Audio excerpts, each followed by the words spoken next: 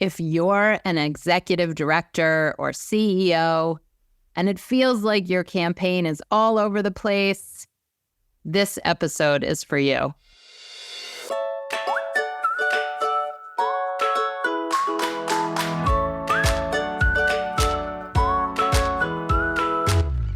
Welcome to All About Capital Campaigns, a podcast that provides fuel for your nonprofit's growth. Each week, Amy Eisenstein and Andrea Kihlstedt, co-founders of Capital Campaign Pro, provide practical tips about raising more money for your nonprofit organization. Here are your hosts, Amy and Andrea.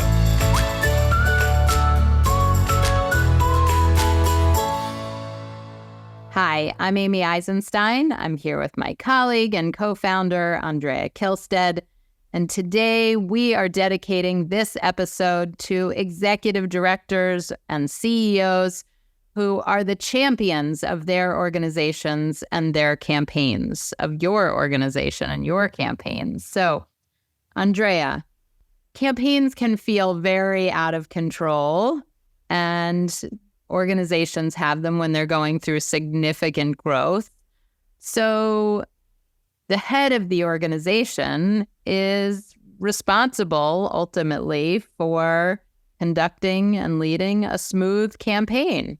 So how should they think about this? And we're going to discuss what challenges they run into or potential challenges and roadblocks, and how they might think of smoothing out some of the bumps and running an effective campaign. You know, Amy, I think of campaigns as though they are multi-headed beasts. Is the word hydra? Hydra, is that from the Greek?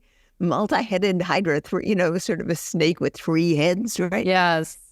So, and often the executive director or the CEO, because they run the organization generally, thinks they're responsible for all of those heads. Now, what are the heads, right? So you have the program operation and the planning ahead that often leads to a campaign. That's usually where the executive director CEO fits.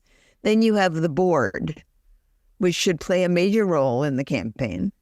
And then you have the campaign itself, right? The campaign chair or whoever is heading up the campaign, and the development staff, right? So that's working with the campaign chair and actually making the campaign happen. So we have three different areas of responsibility. And it's very common not to think about those areas as coming together into one unified team. They often don't, in fact. And when that happens, when they don't come together, you can have all kinds of trouble. You can have board members that go rogue, as we just heard about recently, where there were a few board members who were sort of griping about the campaign. I mean, they didn't know enough, and they just they didn't understand the importance of their role as being supporters of the campaign. And you have the board that didn't really understand its role in the campaign and were anxious about how much money they were going to give and what their jobs should be. And then you had the executive director who thought it was all her responsibility, right? But it was having trouble getting her work done just in general, right? Big problem. Right. And then you have the development staff, and maybe it's one or two people, but maybe it's a few more, or even the program staff, the program directors who feel disengaged, disenfranchised, don't know what's going on.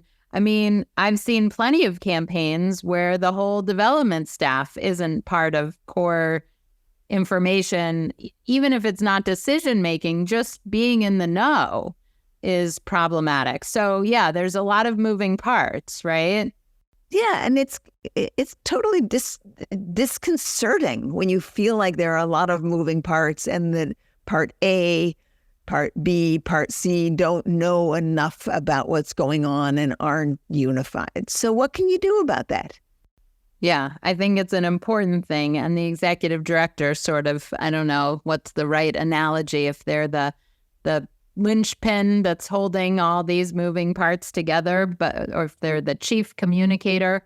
Let's talk about them as the chief communicator for a minute, because I think that they're in the best position to communicate effectively, to bring people together, to make sure that people understand their roles and responsibilities and that everybody's talking to one another and that next steps are clear, why they're doing what they're doing.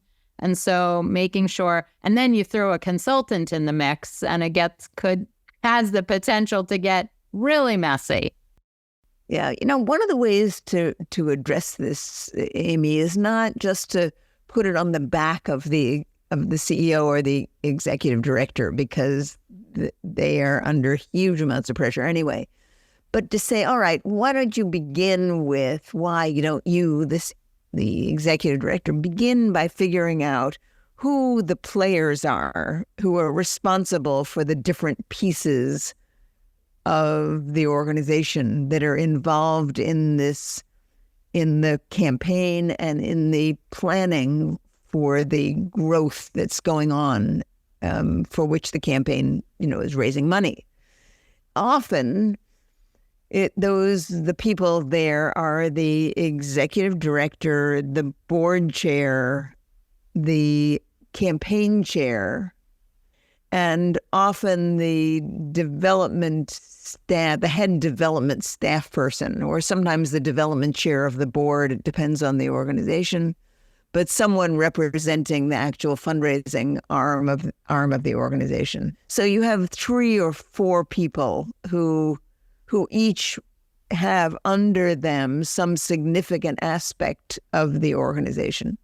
And if you were to bring those people together regularly as a regularly meeting team, I think you would have the beginning of a process that would start to make sense, where, let's say, they would come together on a Zoom meeting every other week, and where they would talk about not only the campaign, but they would talk about what the plans were for moving forward, what the plans were for the building project, how the board was feeling, and when the board was going to be informed, and how the board was going to be informed about the campaign and about their fundraising, right? How the board chair and the campaign chair were going to work together, because their roles do sort of overlap. And sometimes the campaign chair is the board chair, and sometimes the campaign chair is someone on the outside. But if you pull those people together regularly, you have a start. So, it's interesting. We didn't talk about it this way as we were planning for this call, but to me now it sounds like you're describing the core committee or close to the core committee. We can talk about that in a second if you agree or disagree, but I do want to back up for just a minute, because I think we've been a little rambly today, and talk about how we came to this topic or this idea and why we think it's important.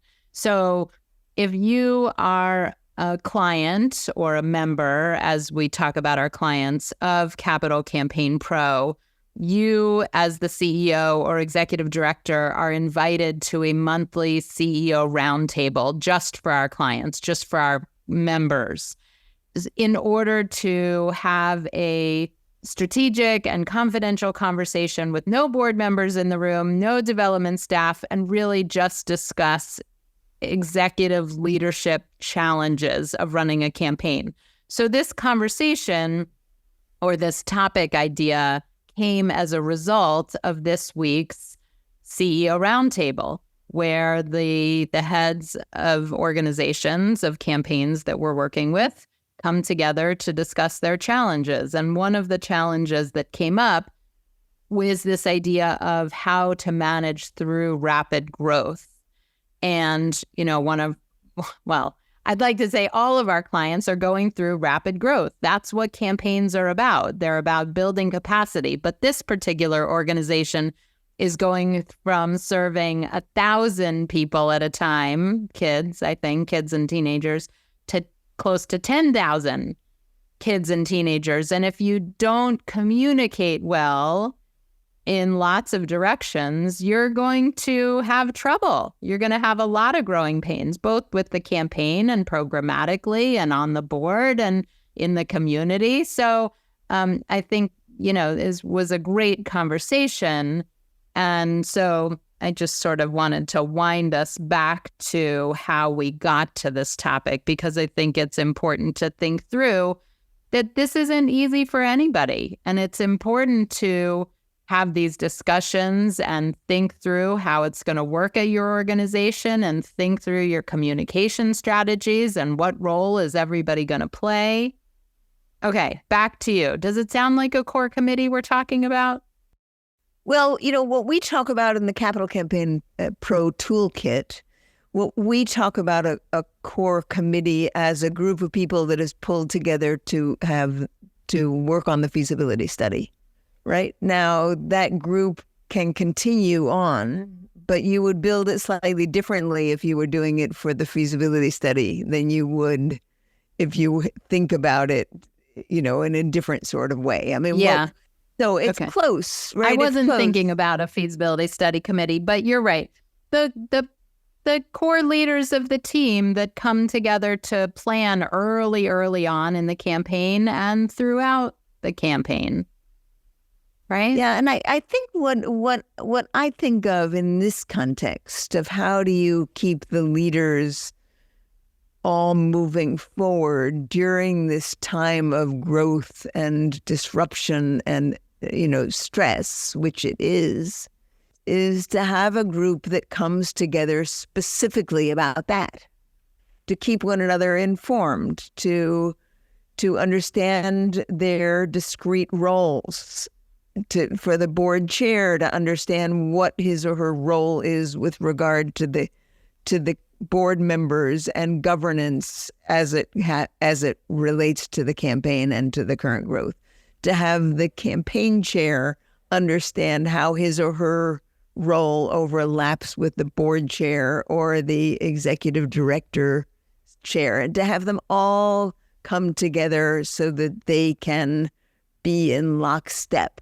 And when there is a problem, they can discuss it and figure out whose side of this, whose facet, right, is best suited to dealing with a problem. For example, one of the problems that was voiced at our meeting was the problem of a board member, a wealthy board member, who for some reason or other had some gripes with the campaign and had started sort of down-talking, sort of bad-mouthing this whole project. I mean, who knows why. Right. Now, it happens in the parking lot after meetings. Yes, these exactly. Parking lot conversations. Parking lot conversations. So if you had a group like this together, right, in our call, the executive director sort of felt like it's her responsibility to deal with it. But if you had a group like this that was working together, of the board chair, the campaign chair, the executive director, you could bring that to that group and say, all right, what are we going to do about Susie Q? Yeah. Because it's a problem. And then you could say, well, the campaign chair has a close relationship with Susie Q, or the board chair, right, could talk to Susie Q about whether her time on the board is whether she should stay on the board given her disgruntledness. Or so by having a small group that comes together regularly, it becomes a place where that executive director could quietly raise this question and make the solution not just hers, but take it on as a leadership team. And I think that would be a really a good way to get through the campaign. I mean, Susie Q is only one of many problems that come up through campaigns, right? That shouldn't be on the back of the executive director always, only. Yeah. Yeah. And I love the word that you used, lockstep, right? You want the leadership team, the head of development, the head of the board, the campaign chair, in lockstep. When campaigns go awry, often it is because people have different visions or are going in different directions or just don't have the right information or all of the information or don't have a support system. And so I think this idea of bringing the heads of each arm of the organization together on a regular basis, whether it's weekly, whether it's every other week, to discuss the challenges, the opportunities, the next steps, and to support one another through this unprecedented rapid growth at the organization is going to be critical for success. And then just to say something about this disgruntled board member, raising it at a board meeting, which I think sort of the default often for board chairs is to bring things up at a board meeting, it's not always effective. It's not the most effective. So then having the opportunity regularly to say, okay, we have this issue, let's strategize. Who's going to talk to Susie Q board member one-on-one? Because, she's really disrupting the campaign. She's causing dissent and sowing doubts. And, it's not going to work for the long-term effort of this organization. Amy, this conversation has brought back to me thoughts of a campaign I did, 10, 12, 15 years ago, where the organization did this. They got together this kind of leadership group. It was an informal group.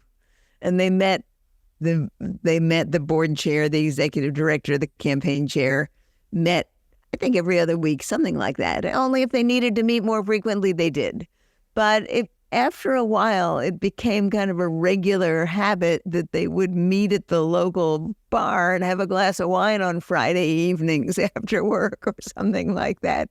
I mean, they really bonded, as it wasn't that anyone came with a written agenda or, they became a team that they could count on to think through issues and problems as they arose and to figure out how to deal with them, how one or another would play roles in helping them.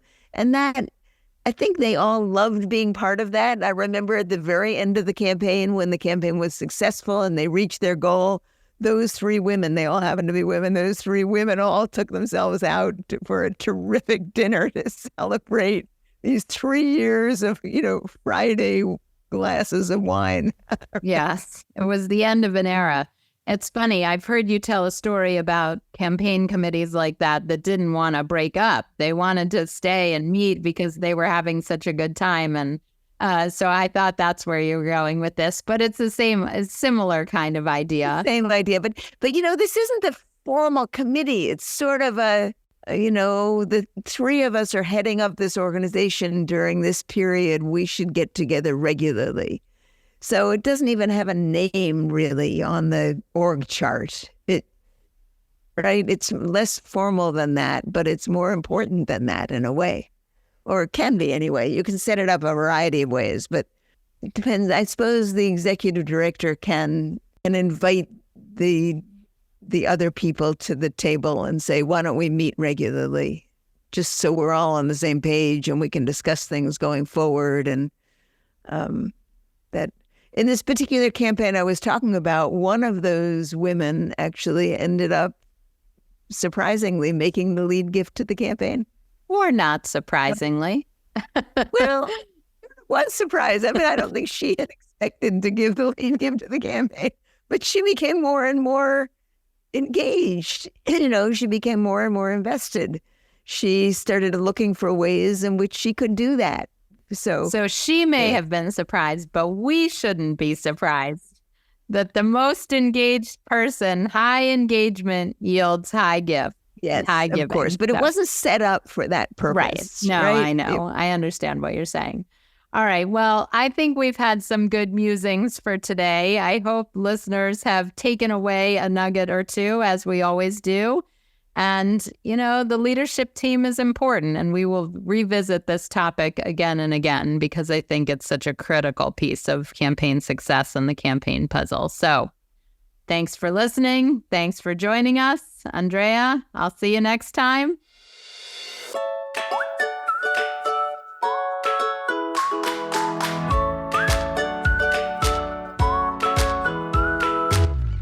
Thanks for joining Amy and Andrea for today's All About Capital Campaigns. To learn more about them and their work together, visit capitalcampaignpro.com, where you'll find all the help you'll need for your campaign. And please follow, rate, and review us on your favorite podcasting platform. Thank you.